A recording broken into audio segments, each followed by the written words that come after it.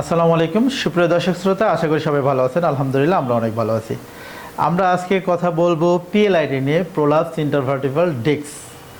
Prolapse হওয়ার ফলে কি সমস্যা হয়, কি ধরনের সমস্যা হয় এবং কোন ধরনের চিকিৎসা নিলে খুব তাড়াতাড়ি ভালো হয়, এই বিষয় নিয়ে আজকে আমরা কথা বলবো। এরকম আমাদের সম্মানিত দুইজন পেশেন্ট আমাদের এখানে আছেন। ভাই একটু উঠে দাঁড়ান।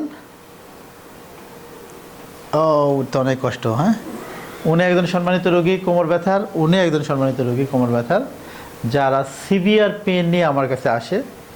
তো তাদের মুখেই শুনবো তারা কি কেমন ব্যথা নিয়ে আমাদের এখানে আসছিল এবং আমরা এখন আপনার ট্রিটমেন্ট তার কি অবস্থা। তার মধ্যে একটা কথা বলি, আমার এই ভাইয়ের কথা। উনি তার প্রস্রাব পায়খানা তার কন্ট্রোলের বাইরে চলে গেছিল এবং বর্তমানে আমাদের এখানে কয়দিন চিকিৎসা নিচ্ছেন? 5 দিন। 5 দিন। তো তার মুখেই শুনবো তার কি অবস্থা ছিল, দেন আমরা আলোচনা করব। ভাই আপনার কি সমস্যা ছিল একটু একটু বলবেন? আমার সমস্যাটা ছিল আগে খুব দূরত্ব ছিল বেশি, এখন এই ভাইয়ের কাছে এসে আমার না, আপনার কি সমস্যাটা ছিল? কি আমার মাজার ঠ্যাঙ্গের সমস্যা বেশি ছিল। মানে কি হলো, কোমর থেকে ঠ্যাং অবস্থা বেশ থাকতো, পা অবশ হয়ে গেছিল একেবারে? হ্যাঁ, একেবারে অবশ হয়ে গেছিল। যে আমি পাইলি ধাপ তুলতে পারছি না, মানে খুব বিরক্ত মনে হয়েছে আমার। মানে আপনি কোমর থেকে টোটাল পাটা অবশ হয়ে গেছিল? জি জি। প্রস্রাব ধরে রাখতে পারছিলেন? জি না, মানে প্রস্রাব মানে আসেই না, আমার প্রস্রাব বন্ধ হয়ে গেছে? বন্ধ হয়ে গেছে প্রস্রাবে। পায়খানা কতদিন ধরে বন্ধ ছিল? পায়খানা এখনো বেশ কিছু, মানে পায়খানাটা ক্লিয়ার নেই আমার এখন। তাও কতদিন হলো? পায়খানাটা মোটামুটি 15-20 দিন। 15-20 দিন। আর আপনি দাঁড়া থাকতে পারতেন? দাঁড়ে থাকতে না, কেউ ধরে রাখলে আমি দাঁড়ে থাকতে পারতাম। আচ্ছা, 5 দিনের মধ্যে আপনি মোটামুটি এখন একটু দাঁড়া থাকতে পারছেন? আমি তারপরে হ্যাঁ, দাঁড়ে থাকতে পারছেন এখন। আপনার ব্যথাটা কেমন ছিল? ব্যথাটা অত্যন্ত বেশি ছিল, এখন ব্যথাটা অনেক হালকা হয়ে গেছে। হালকা হয়েছে, পাটা একটু হালকা হয়েছে, পায়ে হ্যাঁ। অবস্থা গেছে? পায়ের অবস্থা সবই গেছে, অনেক কমে গেছে। অনেকটা কমে গেছে? কমে গেছে। আচ্ছা, আমরা এখন আশা যোগাইছি ইনশাআল্লাহ ভালো হবে। ইনশাআল্লাহ আলহামদুলিল্লাহ ভালো হতে পারে এখানে। ভালো হতে পারে? জি। আপনি যখন আসছিলেন সবাই ধরে নিয়ে আসছিল আপনাকে? জি হ্যাঁ।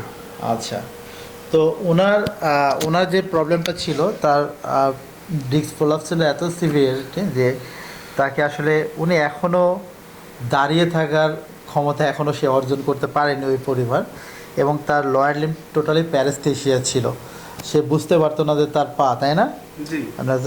সে বুঝতে পারতো না। 5 দিন আগে আমাদের এখানে আসে, আমরা তাকে মেডিকেল ওজন এবং ওস্টিওপ্যাথিক এবং কার্পেক্টিক অ্যাডজাস্টমেন্ট করে তার বর্তমানে একটি স্ট্যাবল পজিশনে নিয়ে আসা গেছে। যন্ত্রণাটা অনেকটা কমেছে। জি জি।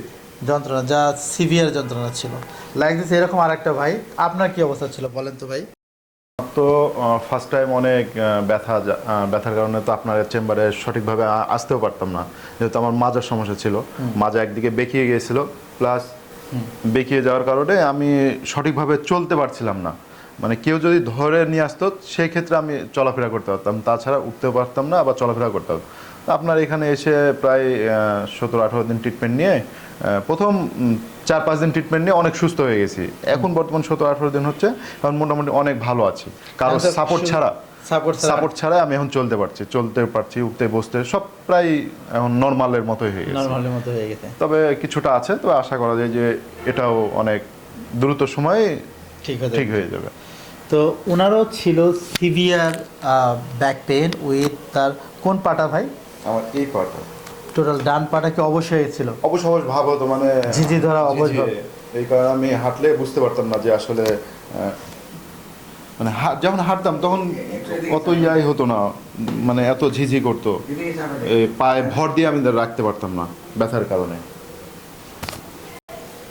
মানে আপনি এই পায়ে ভর দিয়ে চলতে পারতেন না, চলতে পারতাম না। আপনি তো আসতেন দেখতাম এইভাবে, হ্যাঁ বেকা হয়ে আসতাম, এই শরীরে এবং কাত হয়েছিল। এখন আল্লাহ দিলে অনেক সুস্থতা। তো ভাই মোটামুটি সুস্থতা অর্জন করছে এবং অনেকটা সোজা হয়ে গেছে। মেডিকেল ওজন হচ্ছে অক্সিজেনের একটা রূপভেদ। আমরা যখন মেডিকেল ওজনটা আমরা তার ডিস্ক এরিয়াতে দিয়ে দিই, ওখানে কিভাবে কাজ করে, ওখানে অক্সিজেন কনসেন্ট্রেশনটা প্রায় 10 গুণ ইনক্রিজ করে এবং টিস্যুর সাথে অর্থাৎ পানির সাথে বিক্রিয়া করে পানিকে ভেঙে দেয়। অর্থাৎ যে পানি মানে ইনফ্লামেশন মানে ব্যথা, ওটাকে ভেঙে দেয়, ডিস্কটা ছোটো হয়ে আসে, নার্ভের চাপ কমে যায় এবং পেনটা কমে যায়, ব্যথা কমাবে এবং ওখানে নিউট্রিশন সাপ্লাই বাড়াবে। এর ফলে টিস্যু সেল ফিলিং হবে। আমাদের মূল টার্গেটই থাকে উইদাউট মেডিসিন টিস্যুটাকে সেলফ হিলিং করা। এর ফলে একজন মানুষ স্বাভাবিক লাইফ ফিরে পেতে পারে। তো থ্যাংক ইউ। যাদের এই ধরনের প্রবলেম আছে, পিএলআইডি জনিত প্রবলেম, ব্যাক পেইন, আমার পরামর্শ থাকবে। আপনার কি পরামর্শ থাকবে? আমার তো পরামর্শ আপনি তো থাকবে অনেক যে জায়গায়- অবশ্যই অনেক যাদের জায়গায় ঘুরছেন, হ্যাঁ, আপনার অনেক জায়গায় অভিজ্ঞতা ঘুরছি। অনুযায়ী বলেন। আমার আপনার- অভিজ্ঞতা যে যাদের এই ধরনের প্রবলেম অবশ্যই তারা একবার হলেও তার চেম্বারে আসুন, এসে দেখুন যে আসলে কি ধরনের ট্রিটমেন্ট দিচ্ছে। আমার মতে যে অনেকটাই আপনি সুস্থ হয়ে যাবেন যদি এই আপনি প্রবলেম এই থাকে। ওষুধ খেয়েছেন কতদিন, কত আমি ডাক্তার তো ওষুধ খেয়েছি মোটামুটি